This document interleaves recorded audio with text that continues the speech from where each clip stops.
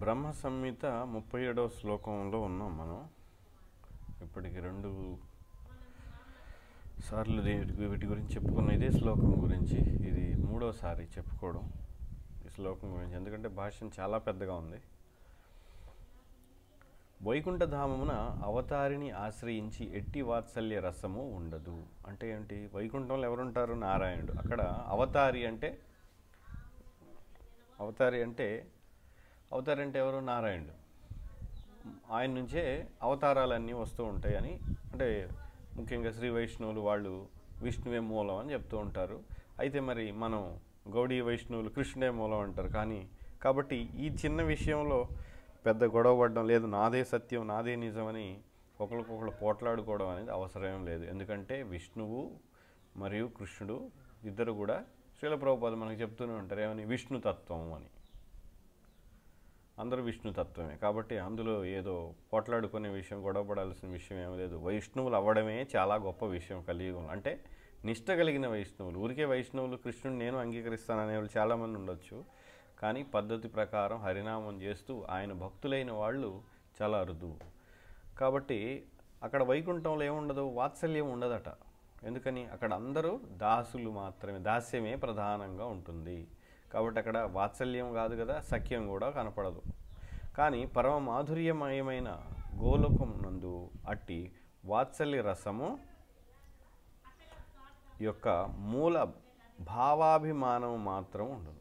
ఈ వాత్సల్య రసానికి సంబంధించిన మూల భావాభిమానము, మూల భావం అనడం లేదు, భావాభిమానం మాత్రం ఉండదు. ఎందుకంటున్నారు అనేది మనం తర్వాత చూద్దాం. అభిమానం అంటున్నారు ఇక్కడ. ఆ పదం చాలా ముఖ్యమైనది, ఇది అభిమానం అనేది.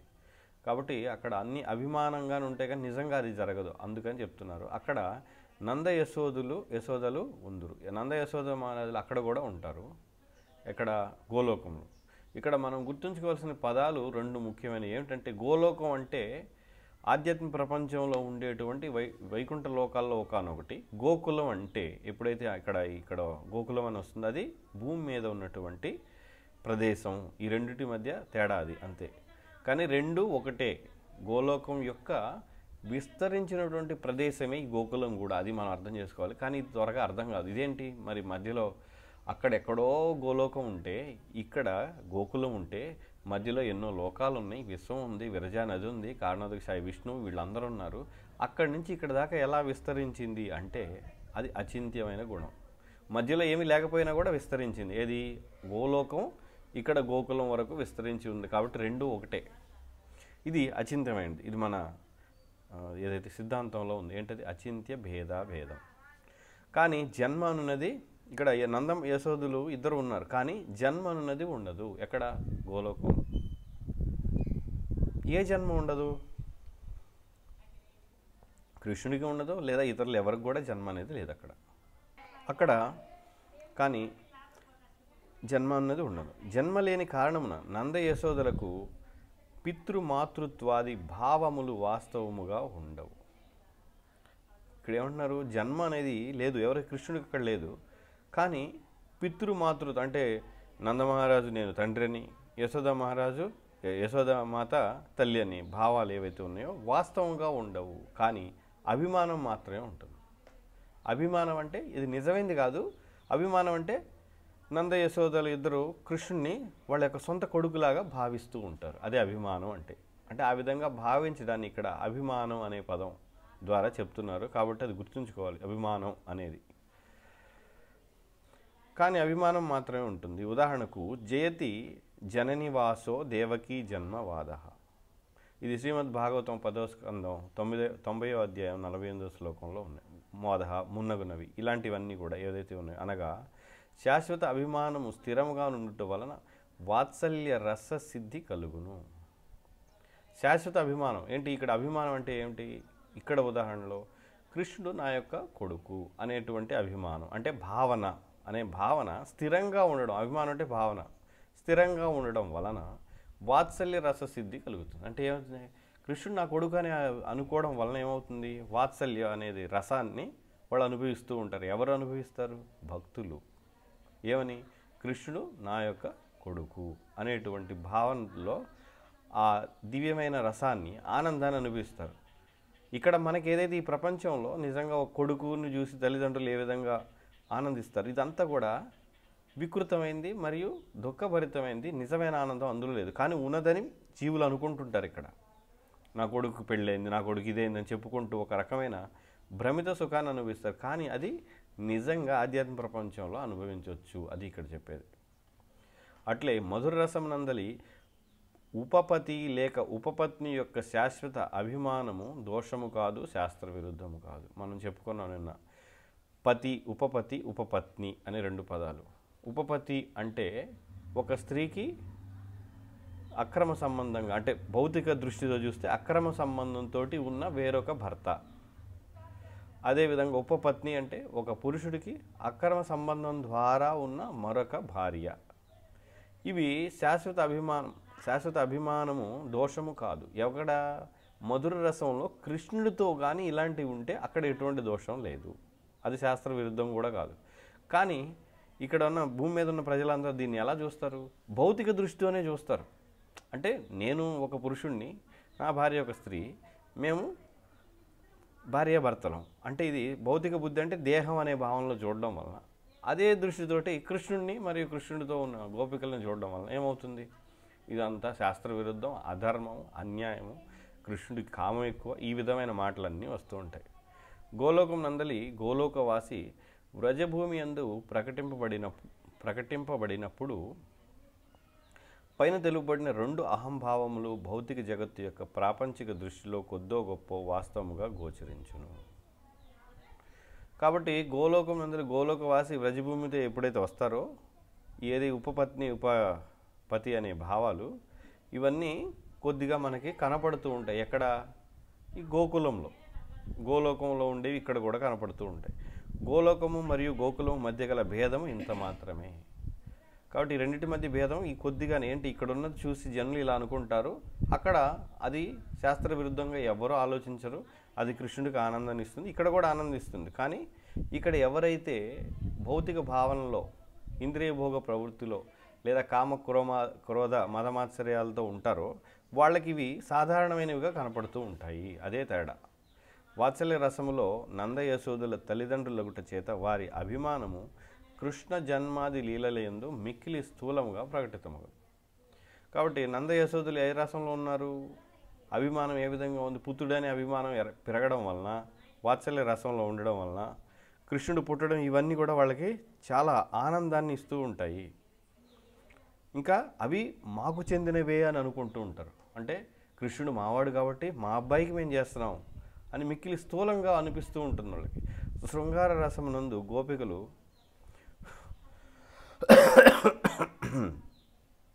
శృంగార రసమునందు గోపికలు ఉపపత్నులు అనేది భావము స్థూల రూపమున అభిమన్యు, గోవర్ధన ఇత్యాది వివాహ ఘట్టములందు ప్రకటితమగును. కాబట్టి ఉపపత్నులైన ఇటువంటి గోపికలు ఏమైనా ఉపపత్నులు ఎలా అయ్యారు? ఉదాహరణకి రాధారాణికి అభిమన్యుడితో వివాహం అయినట్లు. ఇంకా గోవర్ధన లీల చేస్తున్నప్పుడు కూడా కృష్ణుని చూస్తూ ఉంటారు గోపికలందరూ, నా ప్రియుడు నా ప్రియుడు అని. ఇటువంటి ఘట్టాల్లో, ఈ యొక్క వివాహ ఘట్టాల్లో వాళ్ళందరూ కృష్ణుడిని చూస్తూ నిజమైన భర్తగా ఉండరు. అప్పటికే పెళ్ళైపోతుంది. గోవర్ధన లీలలో కూడా గోపికలందరూ కూడా కృష్ణుని చూస్తూ ఉంటారు. అప్పటికే గోపికలకి పెళ్ళైపోయి ఉంటుంది. కానీ కృష్ణుడి వైపే చూస్తుంటారు. తన భర్తలతో మాట్లాడడం ఇవన్నీ చేయకుండా కృష్ణుడి దగ్గరికి వెళ్ళిపోయి ఉంటారు. అదేవిధంగా అభిమన్యుడితోటి రాధారాణికి పెళ్ళై ఉంటుంది, కానీ కృష్ణుడితోనే ఎప్పుడూ ఉండడం. ఎందుకంటే వీళ్ళెవ్వరూ కూడా ఆ యొక్క గోపికలను కానీ రాధను కానీ తాకరు. అంటే శరీర సంబంధం ఏమాత్రం ఉండదు. వాస్తవముగా గోలోకము లేక గోకులములో ఎక్కడైనా గోపికలకు ప్రత్యేకముగా పతిత్వం వహించుట గోచరించదు. కనుక గోపికలకు వారి పతులతో ఎట్టి శారీరక సంబంధములు ఉండవని శాస్త్రంలో ప్రకటిస్తూ ఉన్నాయి. కాబట్టి ఎటువంటి శారీరక సంబంధం లేదు. కానీ అక్కడ కేవలం ఒక పాత్ర పోషిస్తున్నారు, భర్తగా ఈ విధంగా ఉండి కృష్ణుడి లీలలో కృష్ణుడికి ఆనందాన్ని పెంచుతున్నారు. కనుకనే రసాచార్యులైన శ్రీల గోస్వామి ఇట్లు రచించారు. మాధురి రసమునందు నాయకులు 2 విధములుగా ఉందరు. వారు వివాహిత పతి, ఉపపతి. మాధురి రసంలో నాయకులు అంటే పురుషులు, పతి ఉపపతి అని 2 విధాలుగా ఉంటారు. పతిశ్చోపపతిశ్చేతి ప్రభేదావిహ విశ్రుతావితి. ఉజ్వల నీలమణిలో ఇక్కడ రాస్తున్నారు ఎవరు రూపగోస్వామి. వాక్యమునకు శ్రీల జీవగోస్వామి తన వ్యాఖ్యానమునందు పతి పురవనితానాం ద్వితీయో వ్రజవనితానాం అని పేర్కొనట ద్వారా గోకులములయందు శ్రీకృష్ణుని నిత్య ఉపపతిత్వము, వైకుంఠ ద్వారకాదులయందు శ్రీకృష్ణుని పతిత్వము అంగీకరించబడినది. ఇక్కడ మనం చూడవచ్చు ఉపపతిత్వం ఎక్కడుంది, పతిత్వం ఎక్కడుంది.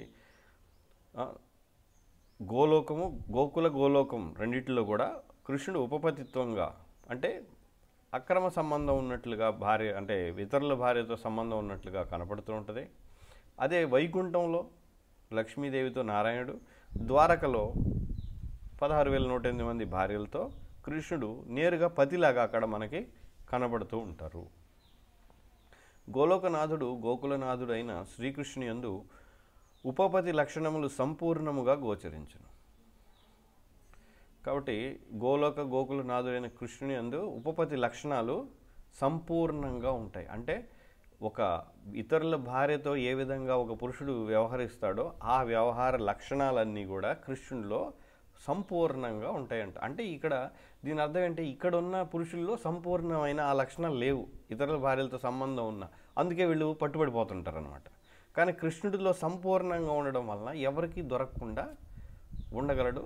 అది చేసినందువలన ఒకవేళ దొరికినా కూడా అది ఎవరికైతే దొరుకుతాడో వాళ్ళకి ఆనందం వస్తుంది. అంటే మనందరికీ మరి శాస్త్రం ద్వారా దొరుకుతున్నాడు కదా, ఇలా చేస్తున్నాడని. కానీ అది విన్న భక్తులకి ఏమవుతుంది, ఆనందం వస్తుంది. కానీ నిజంగా మనం చేస్తే ఏమవుతుంది, మనకి దుఃఖం వస్తుంది. అందుకని బద్ధజీవులైన మనకి ఈ ఉపపతిత్వ లక్షణాలు లేదా ఉపపత్ని లక్షణాలు నిషేధించబడ్డాయి. పరపత్ని సంగమేచ్ఛ కారణముననే శ్రీకృష్ణుడు తన గుణములను ఆత్మారామత్వమును అతిక్రమించును. కాబట్టి కృష్ణుడు తన యొక్క దివ్యమైన గుణాలని మరియు ఆత్మారామత్వం, కృష్ణుడు ఆత్మారాముడు అంటే ఎవరో అవసరం లేదు. కానీ ఇక్కడ గోపికల దగ్గరకు వచ్చేసరికి అవన్నీ పక్కన పెట్టేశాడు. నాకు రాధారాణి కావాలి, నాకు మిగతా గోపికలు కావాలని పరితపిస్తూ వాళ్ళ వెంటబడుతూ ఉంటాడు కృష్ణుడు. మరి ఆత్మారాముడైన వాడికి బయట ఎవరూ అవసరం లేదు కదా, ఎందుకు వెంటబడుతున్నాడు, ఇక్కడ కావాలనే కృష్ణుడు వాటిని అతిక్రమించాడు అని ఆచార్యులు చెప్తున్నారు. అట్టి పరకీయ వాంఛయ్యే గోపికల పరపత్ని అభిమానమునకు మూల కారణం. కాబట్టి కృష్ణుడిలో ఉన్న ఈ కోరిక వలనే గోపికలు ఇలా తయారయ్యారు. వేరే వాళ్ళ భార్యలుగా ఉండడం లేదా అలా నటించడం, వాళ్ళు ఆ విధంగా భావించడం అనేది జరుగుతుంది. వాస్తవమునకు వారికి ప్రత్యేకముగా లేక స్వతంత్రముగా ఎట్టి నిజమైన పతులు లేరు. నిజంగా వాళ్ళకి ఎవరికి భర్తలు లేరు. అయినను వారు అభిమాన కారణమున తాము ఇతరుల భార్యలమని భావిస్తూ ఉంటారు. ఏ అభిమానం, కృష్ణుడి పట్ల ఆకర్షణ ఉండడం వలన అభిమానం ఏమిటి, నాకు వేరే భర్త, కృష్ణుడు నాకు రెండవ భర్త అనే అభిమానం. ఇంకా నిజంగా నాకు ఆయనే ఇష్టం, నాకు ఇంకొక భర్త ఉన్నాడు అనే అభిమానం. నిజానికి కృష్ణుడు గోపికలకి ఎవరు భర్తలు లేరు, కానీ నాకు కృష్ణుడే నిజమైన భర్త, ఈ ఎవరైతే ఉన్నారో నాకు ఇప్పుడు భర్తగా, అతను భర్త కాదు, నాకు ఇష్టం లేదు అతను, ఈ భావనల్ని ప్రదర్శిస్తూ ఉంటారు. ఈ విధముగా ఉపపతి ద్వారా ధర్మోల్లంఘన చేయు ఇచ్చ వంటి లక్షణములు మాధుర్యధామమైన గోలోకమునందు శాశ్వత స్థితమై ఉండును. కాబట్టి ఇవి శాశ్వతంగా ఉపపతి ద్వారా ధర్మాన్ని ఉల్లంఘన చేయడం అనేది గోలోకంలో శాశ్వతంగా ఉంటుంది. వ్రజభూమి యందు ఆ లక్షణమే ప్రాకృతులైన వారి నేత్రములకు స్థూల రూపమున అభివ్యక్తమవును. కాబట్టి బ్రజభూములు అంటే బృందావనంలో, గోకులంలో ఏదైతే జరుగుతుందో ప్రాకృతములైన వారి నేత్రాలకు, ప్రాకృతం అంటే ఏంటి, భౌతికంగా ఉండే వాళ్ళకి, మనలాంటి వాళ్ళకి స్థూల రూపంలో కనపడుతూ ఉంటాయి. ఏమని, ఓ చూసారా కృష్ణుడు వేరే వాళ్ళ భార్యలతో తిరుగుతున్నాడు, ఈ అమ్మాయిలందరికీ పెళ్ళైపోయింది. కానీ ఇక్కడ దీన్ని బట్టి మనం ఏమర్థం చేసుకోవచ్చు, ఎవరైతే పెళ్ళైన వాళ్ళు పురుషులుగా ఉన్నారో గోపికల యొక్క భర్తలుగా, వాళ్ళందరూ కూడా కేవలం ఇందులో నటించడానికి వచ్చిన వాళ్ళు, నిజంగా వాళ్ళు భర్తలు కానే కాదు, నటించడానికి వచ్చిన కొంతమంది జీవులు. వాళ్ళు ఎవరైనా అయి ఉండొచ్చు, వాళ్ళు సిద్ధి పొంది ఉండొచ్చు, పొంది ఉండకపోవచ్చు, బద్ధజీవులు కూడా అయి ఉండొచ్చు వాళ్ళు. ఎందుకంటే వాళ్ళు గోపికల్ని కానీ రాధను కానీ తాకే అవకాశం ఎప్పుడూ ఉండదు. అది ఎలా జరుగుతుంది, వాళ్ళు ఒకవేళ బద్ధజీవులైనా పురుషులైనా ముక్తజీవులైనా వాళ్ళని తాకకుండా ఎలా జరుగుతున్నాయి, అక్కడ ఎలా ఉన్నారు, పెళ్ళైనప్పుడు ఎన్నో సందర్భాల్లో తాకే అవకాశం ఉంటుంది కదా, కానీ తాకరంటున్నారు. ఎలాగా, అది యోగమాయ చేస్తూ ఉంటుంది. ఆ పని తాకకుండా ఉండే పని యోగమాయ చూసుకుంటుంది.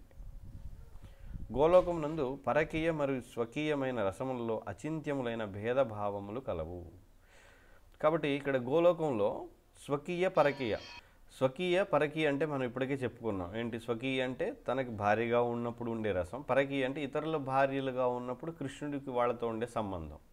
ఈ రెండిటి మధ్య అచింత్యమైన భేదాలు ఉన్నాయి, భేదభావాలు ఉన్నాయి గోలోకంలో. అంటే ఏంటి? మన ఊహకు అందనటువంటివి. మనం ఏమనుకుంటాం, ఎలా ఉన్నా వాళ్ళు చేసే పనులు ఏంటి, శారీరక సంబంధం ఉండడం, శృంగారం చేసుకోవడం, ఇందులో పెద్ద తేడా ఏముంది, కేవలం ఇతరుల భార్యలనే కానీ అచింత్యమైన భేదాలు ఉంటాయి అని చెప్తున్నారు ఇక్కడ ఆచార్యులు. గోలోకం నందు ఈ రెండింటి మధ్య భేదము కలదనుటయు లేదనుటయు వాస్తవములే.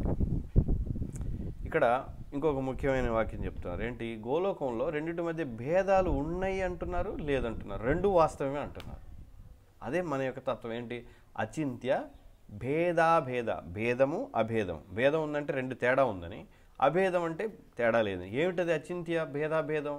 జీవుడికి భగవంతుడికి మధ్య తేడా ఉంది, తేడా లేదు. అంటే మనం భగవంతుడితో కలిసి ఉన్నాము మరియు విడిగా కూడా ఉన్నాము.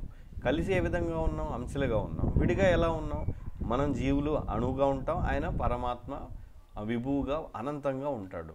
ఈ విధంగా భేదం ఉంది లేదు అనేది రెండు కూడా వాస్తవమే అని చెప్తూ ఉన్నారు.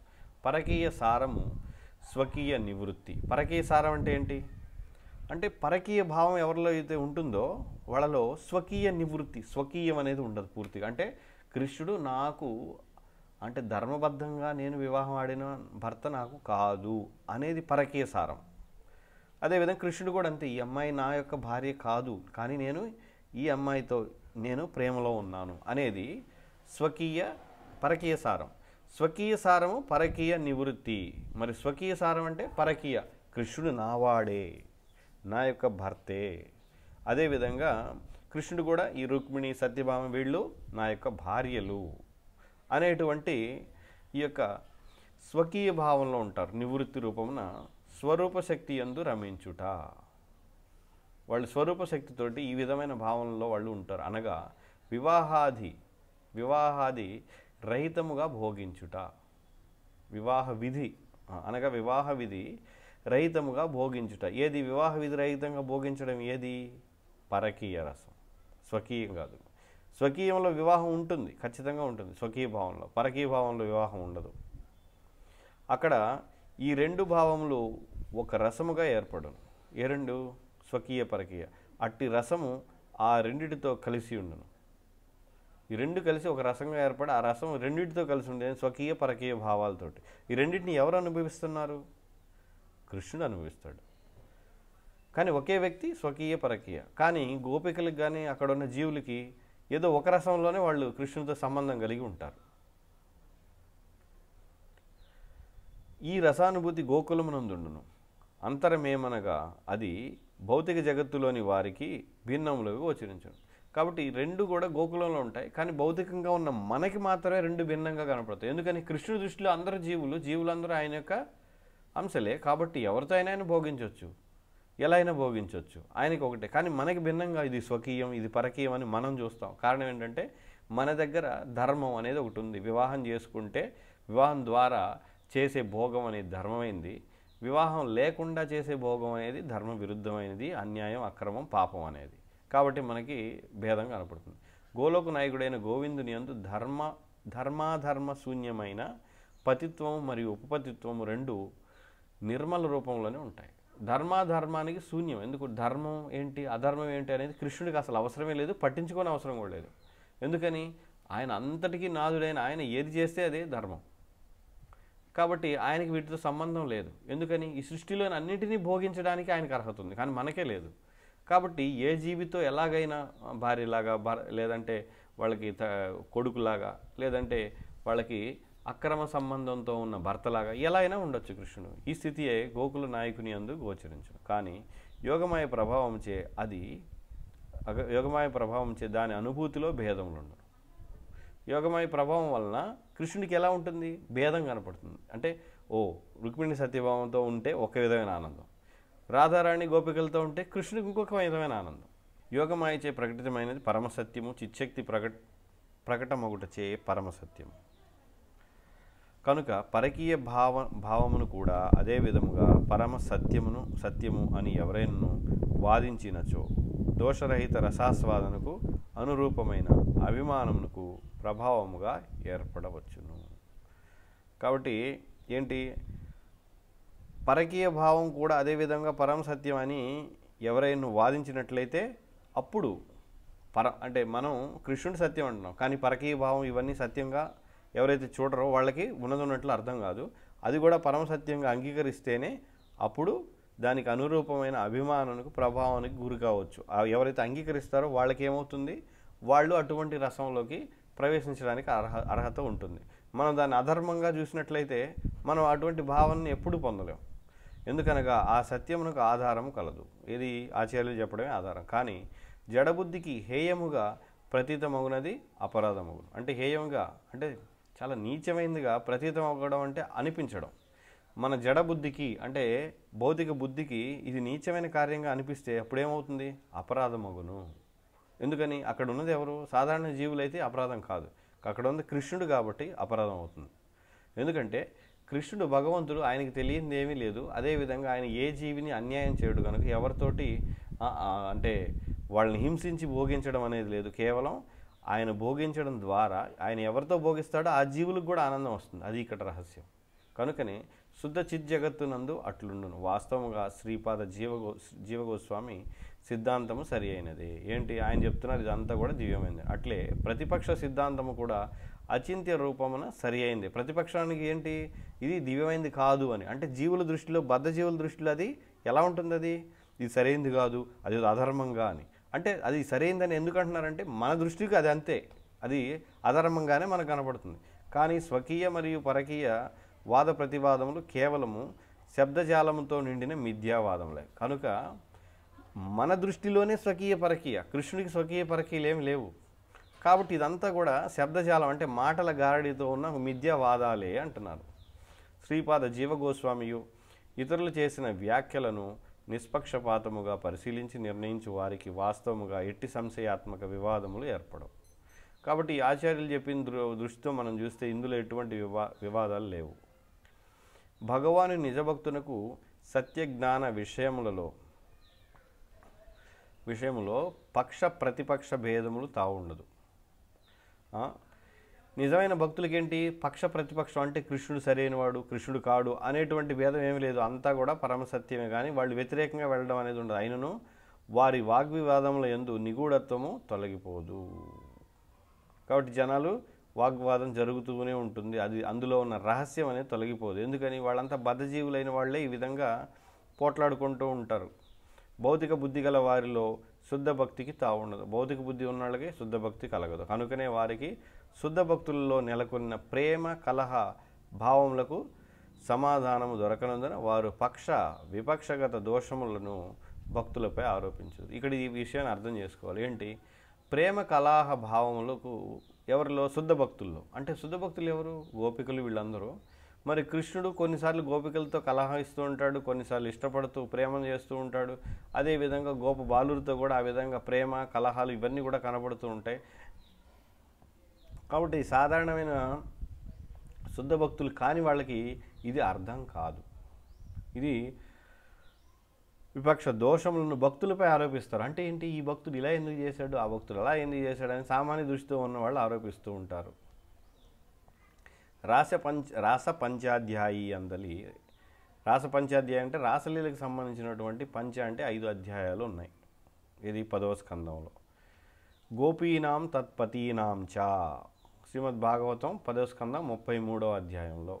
ఇక్కడ నుండి ఈ 33 నుండి 5 అధ్యాయాలు ఉంటాయి. వంటి శ్లోకములకు వ్యాఖ్యానమును రచించిన శ్రీపాద సనాతన గోస్వామి తన వైష్ణవ తోషణి అను గ్రంథమునందు నిష్కర్షగా వ్యక్తం చేసిన భావములను శుద్ధ భక్తుడైన శ్రీపాద విశ్వనాథ చక్రవర్తి మనస్ఫూర్తిగా అంగీకరించాను.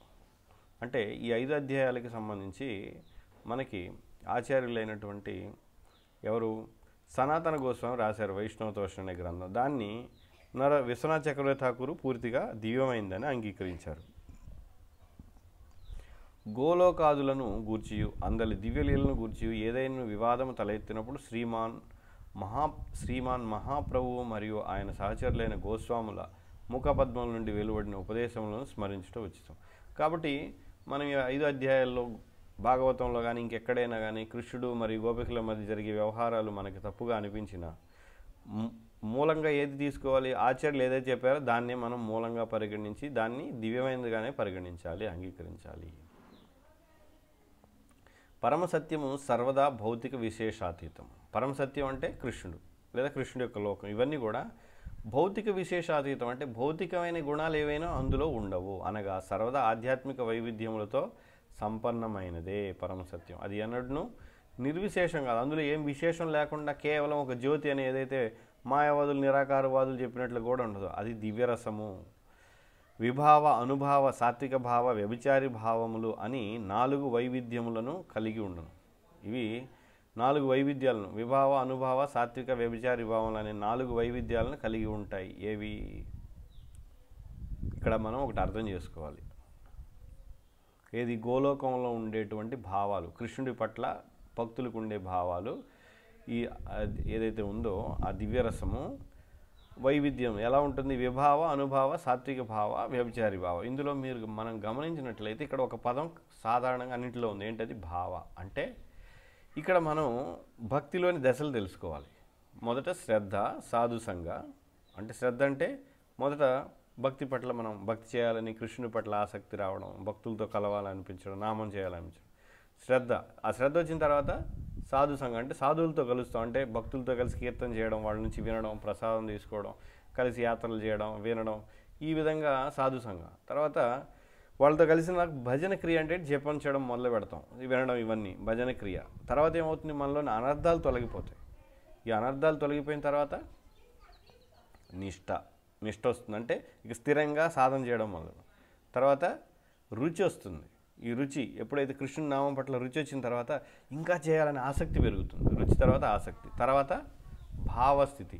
ఈ భావంలో మళ్ళీ ఇక్కడ ఎన్ని ఉన్నాయి? 4 రకాలు ఉన్నాయి. విభావ, అనుభావ, సాత్విక భావ, వ్యభిచారి భావాలనే ఉన్నాయి. ఇంకా దీనికి సంబంధించి భక్తిరసామృత సింధు ఇంకా వివరంగా కొన్ని వీటి గురించి మాధుర్య కాదంబరి అని మనకి ఆచార్యులు రాసినటువంటి గ్రంథాలు ఉన్నాయి, అందులో కూడా ఉంటాయి. అవి సర్వదా గోలోకము మరియు వైకుంఠముల యందుండును. ఏవి? ఈ భావాలు ఇవన్నీ. గోలోకమునందలి ఈ దివ్యరసము శుద్ధ భక్తుల ఉపకారమునకై యోగమాయ శక్తితో భౌతిక భూతలమున వ్రజరస రూపమున ప్రకటితమవును.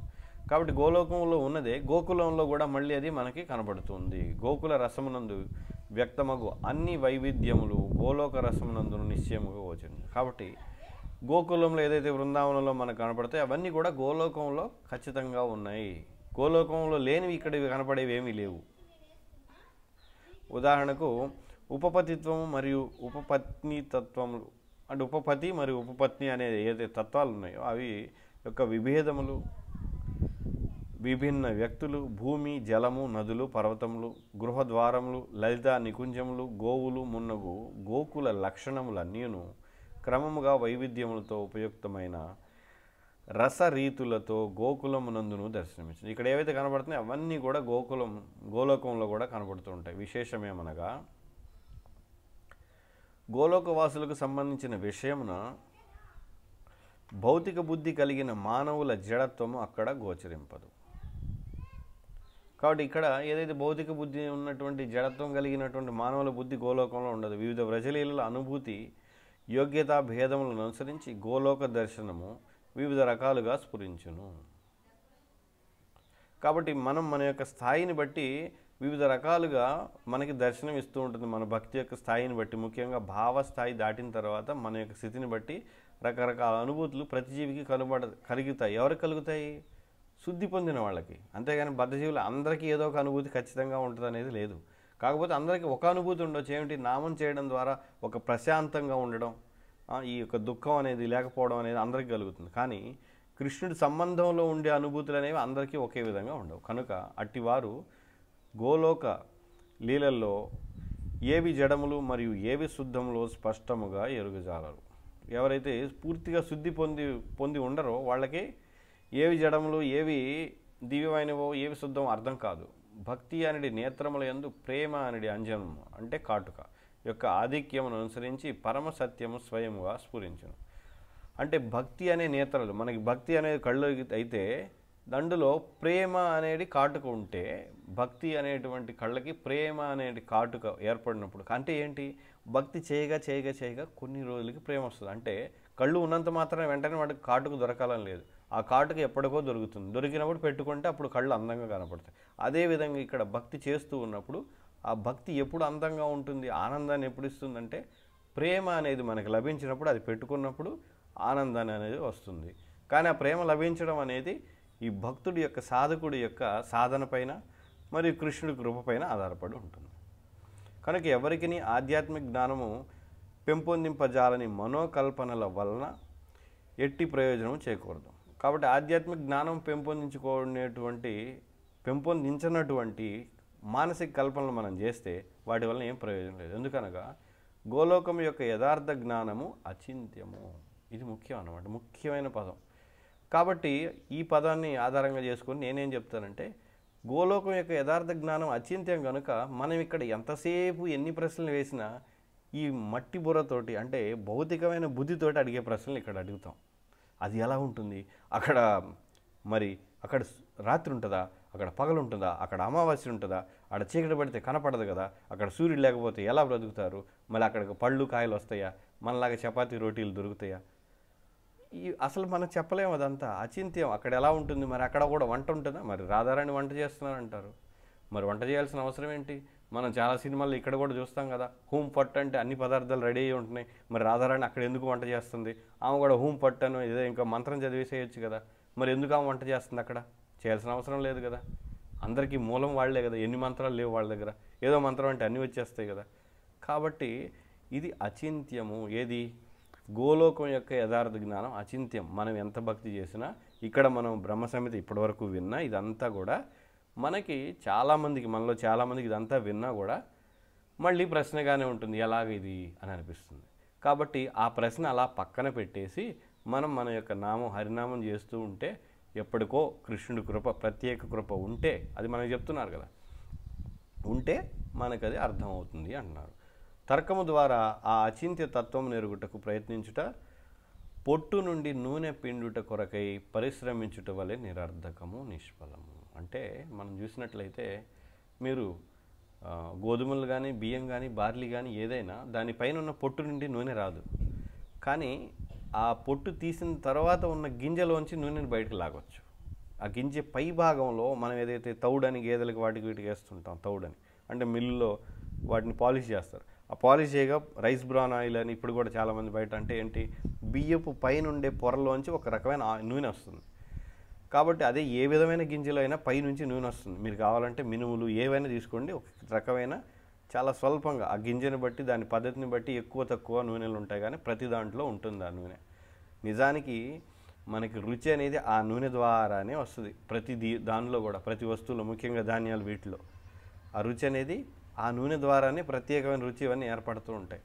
కాబట్టి ఆ పొట్టు నుండి నూనె తీయడానికి ప్రయత్నిస్తే వస్తుందా, ఎప్పటికీ రాదు, అందులో ఏం ఉండదు. కనుక జ్ఞాన మార్గమును వీడి శుద్ధ భక్తి సాధన మార్గము ద్వారా దివ్యానుభూతిని పొందుటకు ప్రయత్నించుట ప్రతి ఒక్కరి పరమ కర్తవ్యం. కాబట్టి మనం ఏం చేయాలి, ఈ జ్ఞానం ఇవన్నిటి ద్వారా వదిలేసి భక్తియుక్త సేవ. అంటే ఏంటి భక్తియుక్త సేవ అని ప్రభుపాద అందుకే చెప్పారు, ఉట్టి భక్తి అనలేదు, సేవ సేవ సేవ. అయితే కొంతమంది ఈ సేవని మళ్ళీ ఏం చేశారు, చాలా చోట్ల ఈ మందిరాల్లో ఇట్లా మళ్ళీ దాన్ని పక్కదారి పట్టించారు. ఏమని, సేవ సేవ సేవ అని. హరినామం సేవ కాదంటారు, మళ్ళీ జపం అది వేరు. సేవ సేవ అంటే నువ్వు పాత్రలు తోమడం, వంట చేయడం, ఇదే సేవ. మళ్ళీ హరినామం జపం, అది సాధన అంటారు. కానీ కాదు, హరినామం సేవే, పఠనం సేవే, పాత్రలు తోమడం, మందిరాన్ని నూడ్చడం ఇత్యాది కార్యాలు అన్నీ కూడా సేవలే. కాబట్టి కేవలం భక్తి అంటే కూర్చొని ప్రార్థన చేయడం, దర్శించుకోవడం, చాలా బాగుంది, ఆహా ఓహో అని, కృష్ణుడిని, మా కృష్ణుడు చాలా ఇష్టం అని అంటే సరిపోదు, అది భక్తి కాదు. నిర్విశేష ప్రభావమునకు దారితీయు ఏ మార్గమునైనను నిశ్చయముగా పరిత్యజించాలి. కాబట్టి నిర్విశేష ప్రభావం అంటే ఏంటి, పరతత్వం ఒక రూపం లేనటువంటిది, కాళ్ళు చేతులు లేవు, అది అంతా ఒక వెలుగు. ఇలాంటి భావనలు, ఇలాంటి అవగాహనలు అనేవి వదిలివేయాలి. భౌతిక భావన రహితమైన విశుద్ధ పరకీయ రసం మిక్కిలి దుర్లభం. ఇది భౌతిక భావన లేనటువంటి పరకీయ రసం అంటే ఏంటి, కృష్ణుడు నా యొక్క ప్రియుడు, నా భర్త ఉన్నాడు అనేటువంటి భావన ఏదైతే ఉందో గోపికలకి, ఈ పరకీ రసం అనేది చాలా చాలా అరుదు. అంటే మనలో సాధన చేస్తున్న అందరికీ ఈ పరకీ రసం లభిస్తుంది అనేది ఖచ్చితంగా చెప్పలేము. చాలా కొద్ది మంది మాత్రమే లభిస్తుంది. ఇది గోకుల లీల యందు వర్ణితమైంది. ఇదే గోకుల లీలలో కూడా వర్ణించబడింది. రాగానుగ భక్తిని అభ్యసించే భక్తులు తమ ప్రయత్నములకు అట్టి వర్ణనలను ఆధారంగా చేసుకోవాలి. రాగానుగ భక్తిలో ఎవరైతే రాగానుగ భక్తి అంటే ఏంటి, విధి నియమాలు లేకుండా సహజంగానే వాళ్ళు నిద్రలేవగానే జపం చేయాలనిపిస్తుంది. ప్రసాదం మాత్రమే తినాలి అంటే మనం చెప్పవసరం లేదు. ప్రసాదం కాకపోతే వాళ్ళు తీసుకోరు అంతే. వాళ్ళు అడగరు ఇది ప్రసాదమా కాదని, భక్తులు ఇస్తే తప్ప వాళ్ళు తీసుకోరు అంతే. ఇంకా ఆ విధంగా నిరంతరం రాగానుగ స్థాయిలో ఉన్నప్పుడు ఏంటంటే వాళ్ళకి ఎప్పుడు పగలవుతుందా, ఎప్పుడు రాత్రి అవుతుందా. ఇంకా చెప్పాలంటే రాగానుగ భక్తులకి జన్మాష్టమి ఉండదు, గౌర పూర్ణిమ ఉండదు, రామనవమి ఉండదు, ఇవేవి ఉండవు రాగానుగ భక్తులకి. అది ఎలాగా అంటే వాళ్ళు ఈరోజు నవమ అష్టమ అనేది ఆలోచించరు కాబట్టి అవి ఏవి ఉండవు వాళ్ళకి. ఇది కొంచెం అర్థం కావడం కష్టం. ఎందుకని, మనం అందరం చేస్తాం కదా, రోజులు మారుతుంటాయి కదా. అంటే మనకు తెలుస్తుంది, మనకి భౌతిక భావంలో నేను ఈ దేహాన్ని నా భర్త, నా భార్య, నా ఊరిది, నా ఊరది అనుకుంటున్నాం కాబట్టి ఇది భ్రమ. సిద్ధికాలమునందు వారికి మరింత అధికముగా ఉపాదేయ మూలతత్వము ప్రాప్తమవును. సిద్ధికాలం అంటే ఈ భావనలు ఎవరైతే ఉంటారో రాగానుగ భక్తిలో ఉన్నటువంటి వాళ్ళు సిద్ధి పొందినప్పుడు, అంటే ఈ శరీరాన్ని వదిలేసి సిద్ధి పొంది ఆధ్యాత్మిక ప్రపంచానికి వెళ్ళినప్పుడు మూలతత్వ ప్రాప్తి ఇంకా ఎక్కువగా ఉంటుంది. తీవ్రంగా సంసార బద్ధ జీవులచే ఆచరింపబడు అక్రమ స్త్రీ సంగమయుక్తమైన ఆడంబర భక్తి క్రియలు భౌతికముగా పాపకృత్యములు నిషిద్ధములు. కాబట్టి ఇక్కడ సంసారం ఈ బద్ధజీవులు ఏం చేస్తారు, కొంతమంది ఒక గురువుగా ఉండి వాడే కృష్ణుడిగా భ్రమకు గురి చేసి వాడి దగ్గరకు వచ్చే స్త్రీలని మీరు గోపికలని, లేదా వీళ్ళు నిజంగా ఈయనే మా గురువే కృష్ణుడు అయిపోయాడని, ఇలా పిచ్చి పిచ్చి భ్రమలతోటి మొత్తం అంతా వ్యభిచారం చేసేసి, వ్యభిచారమే అది రాసలీల అనుకొని అంతా ఇద్దరు మొత్తం అందరు కలిసి నరకానికి వెళ్ళిపోతూ ఉంటారనమాట. ఆచార్యులైన శ్రీపాద జీవగోస్వామి వారు ఇట్టి కార్యకలాపములను చూచినప్పుడు వారి హృదయం ఎంతగానో వ్యధనుండేది. కాబట్టి ఇలాగ ఎవరైతే బద్ధజీవులు కృష్ణుడి యొక్క రాసలీలను అనుకరిస్తూ ఉంటారో అప్పుడు ఆచార్యుడికి బాధ కలుగుతుంది. ఎందుకని వీళ్ళందరూ నరకానికి వెళ్తారు, వీళ్ళు గోలోకం కాదు కదా, కనీసం స్వర్గానికి కూడా వెళ్ళలేరు వీళ్ళు. కనుకనే వారు ఈ విషయమున ఎట్టి సంశయములకును తావు లేకుండా నిష్కర్షగా వివరణను ఇచ్చిరి. వారు ప్రకటించిన వాస్తవిక భావములను గ్రహించుట శుద్ధ వైష్ణవుల పరమ కర్తవ్యం. కాబట్టి ఎవరైతే నిజాయితీగా భక్తిలో పురోగమించాలనుకుంటారో వాళ్ళందరూ ఇక్కడ చెప్పబడిన ఈ విషయాల్ని స్పష్టంగా అర్థం చేసుకోవాలి. ఏమిటి ఇదే, ఇక్కడ ఏదో పెద్ద అంటే మనం చదవడానికి చాలాసేపు చదివాం 15 పేజీలు, కానీ ఇది యొక్క సారాంశం చాలా స్వల్పం, చాలా సరళం. ఏమిటి, కృష్ణుడు ఏ విధంగా ఎవరితో భోగించినా అది అధర్మం కాదు, ధర్మమే. అది శాస్త్ర విరుద్ధం ఏమాత్రం కాదు, అది కృష్ణుడికి సమంజసం. అలా కాకుండా మనం బద్ధజీవులమైన మనం కృష్ణుడు చేసినట్లే ప్రతిదీ చేస్తే మనం నరకానికి వెళ్తాం. ఇది అర్థం చేసుకోవాల్సింది. కాబట్టి ఇక్కడ మనం చేసేది చివరికి అది మన భార్య అయినా లేదా ధర్మబద్ధమైన ప్రియురాలు తర్వాత భార్య అయినా ఎలా అయినా సరే, ఎటువంటి సంబంధం అయినా జీవుల మధ్య మాత్రమే ఉండేటువంటి సంబంధం అన్నీ కూడా అధర్మమే. చివరికి భార్య కూడా. అంటే ఈ అధర్మం ఎవరి దృష్టిలో, కృష్ణుడి దృష్టిలో. భౌతికమైన మన దృష్టిలో ధర్మం, ఒక వ్యక్తి వివాహం ఆడడం, పెళ్లి చేసుకోవడం, సంతానం. కానీ కృష్ణుడి దృష్టిలో ఇదంతా కూడా పాపకార్యాలే, ఇదంతా కూడా జీవులు చేయకూడనివి, మనకు దుఃఖాన్ని ఇచ్చేవి. అది ఇక్కడ చెప్తున్నారు అంతే. అదే ఇక్కడ సారాంశం. ఆచార్యుల ఆజ్ఞలను నిరాదరించుటయు వారికి విరుద్ధముగా భిన్న సిద్ధాంతములు స్థాపించుటయు మహాపరాధం. ఇక్కడ ఆచార్యులు ఏదైతే చెప్తున్నారో దీనికి భిన్నంగా విరుద్ధ సిద్ధాంతాలు స్థాపించే వాళ్ళు కూడా ఉన్నారు. సఖీ, బేకి, అగ్లా, డుగ్లా, పాగులా, బాయి, ఇవి చాలా పేర్లు ఉన్నాయి. చూడదారి, ఈ విధంగా అంటే ఏంటి, మగవాళ్ళే పూర్తిగా రోజు షేవ్ చేసేసుకొని గడ్డలన్నీ చక్కగా తిలకం పెట్టుకొని చీర కట్టేసుకొని జాకెట్లు వేసుకొని నేను గోపికని అనడం, ఇదంతా అపసంప్రదాయం అన్నమాట. ఇవి ఏదో కేవలం మన శరీరాన్ని మార్చుకొని లేదా బాహ్యమైన వస్త్రాలు మార్చడం ద్వారా, లేదా చిన్నపిల్లాడు వచ్చి నా కృష్ణుడు స్నేహితుడు కాబట్టి నేను స్నేహితుడిని, కృష్ణుడు స్నేహితుడిని అని ఒకటి చెప్పడం ద్వారా ఎవరు కూడా ఆ స్థాయికి వెళ్ళలేరు. కాబట్టి ఆచార్యులు ఇచ్చినటువంటి ఆజ్ఞలను నిరాదరించడం, విరుద్ధంగా ప్రయత్నించడం, విరుద్ధంగా ప్రవర్తించడం అనేది ఏదైతే ఉందో ఇదంతా కూడా శాస్త్ర విరుద్ధం, అది అపరాధం అవుతుంది అని చెప్తున్నారు. హరే కృష్ణ. ఇంతటితోటి 37వ శ్లోకం పూర్తయింది. ఎవరికైనా ప్రశ్నలు ఏమైనా ఉంటే అడగవచ్చు. హరే కృష్ణ. ఎవరికి ఏం ప్రశ్నలు ఏమి లేవు కదా. ఇక్కడ ప్రశ్న ఏంటంటే, శారీరక సంబంధం లేకుండా పిల్లలు పుట్టరు కదా, గోపికలు మరి వాళ్ళ పిల్లల్ని భర్తల్ని మరి వాళ్ళందరినీ ఇంట్లో వదిలేసి రాసలీలకు వస్తారు, ఇది ఎలా సంభవం అని. అయితే యోగమాయ ద్వారా ఏం జరుగుతుందంటే అంత భ్రమ గురి చేస్తుంది యోగమాయ. ఏంటి వాళ్ళు కలిసినట్లు, ఏది భార్యాభర్తలు, భర్తకు అనుభూతి కలుగుతుంది నేను భార్యతో కలిశానని. కానీ ఆ స్త్రీకి మాత్రం ఉండదు అది అటువంటిది. ఎందుకని కృష్ణుడి పట్ల ప్రేమ కాబట్టి అది ఉండదు. కానీ భర్త అనుకుంటాడు. యోగమాయ ద్వారా మళ్ళీ వాళ్ళకి సాధారణంగా అందరికీ పిల్లలు ఎలా పుడతారో అలాగే రక్త మాంసాల ద్వారా ఈ విధంగా ఉన్నట్లుగా అది మిగతా అందరూ కూడా వీళ్ళకు కూడా మామూలుగానే పిల్లలు పుట్టారు, వీళ్ళు పలానా వాళ్ళ భార్య ఈ అమ్మాయి. ఈ భ్రమ అంతా కూడా యోగమాయ పని. ఈ భ్రమ గురి చేయడం అంతా కూడా అక్కడ రక్త మాంసాలు ఉన్నట్లు నిజానికి ఉండవు. అదంతా సృష్టిస్తుంది ఎవరు? యోగమాయ సృష్టిస్తుంది. ఇవన్నీ కూడా ఏర్పాటు చేస్తుంది. అంటే భౌతికమైన వాళ్ళకి భౌతికంగా చూపిస్తుంది, ఆధ్యాత్మికంగా ఉన్న భక్తులకి, శుద్ధ భక్తులకి అది ఆధ్యాత్మికంగా కనబడుతుంది. యోగమాయ చేసే పని అది. హరే కృష్ణ. ఎవరికి ఏమీ సందేహాలు ఏం లేవు కదా? అడగండి. హరే కృష్ణ ప్రభు, ధన్యవాదాలు, ప్రణామాలు. చెప్పండి. మీరు చెప్పారు కదా ఇన్ని భావాలు అన్ని లాగా మరి మిగతా వైకుంఠ లోకాలు ఉంటాయి కదా, సాకేత్ ధామ్, ద్వారకా ధామ్, అక్కడ కూడా అంటే గోలోక బృందావన్ ధామ్ లో చాలా అన్ని భావాలు ఉంటాయి. అన్ని మిగతా వైకుంఠ లోక దాసభావం ఎక్కువ ఉంటుంది, మిగతా భావాలు ఉండవు. అవును. అక్కడ కూడా యోగమాయ ఇలాగే పనిచేస్తుంటుంది అక్కడ కూడా ఆ ధామాల్లో. అవును, యోగమాయ మొత్తం అన్ని చోట్ల ఉంటుంది, ఆధ్యాత్మిక ప్రపంచాల్లో పూర్తిగా ఉంటుంది.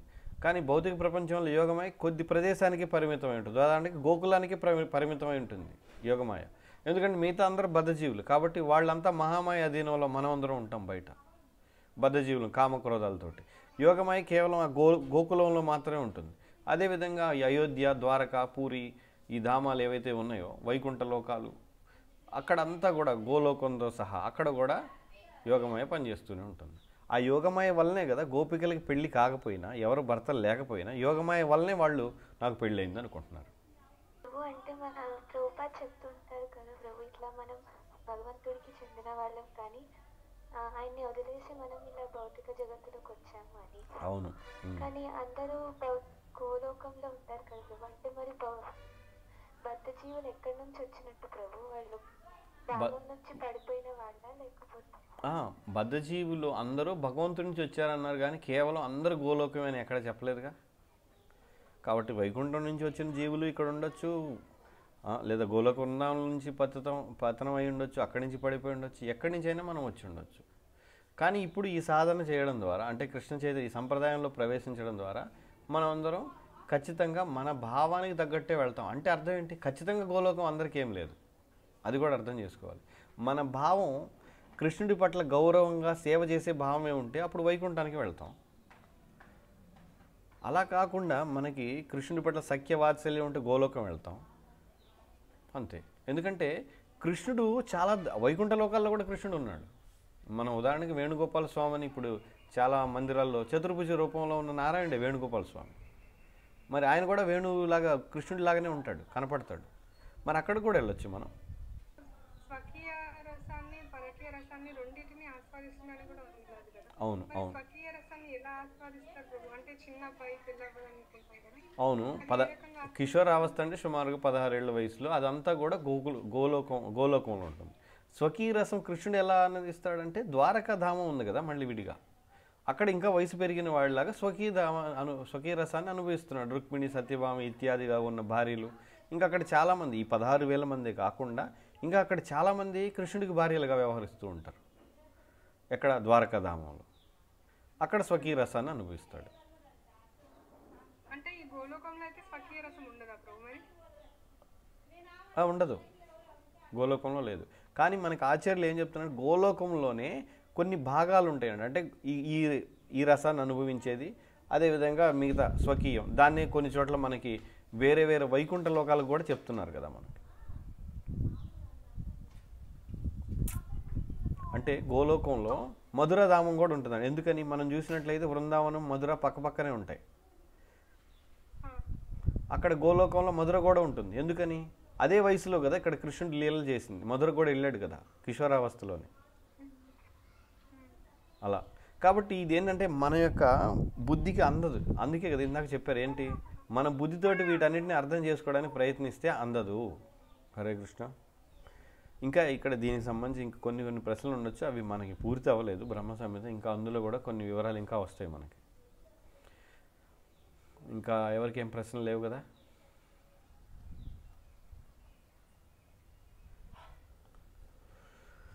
హరే కృష్ణ. శ్రీ బ్రహ్మ సంహిత की जय, श्रील भक्ति सिद्धांत सरस्वती ठाकुर की जय, श्रील प्रभुपाद की जय.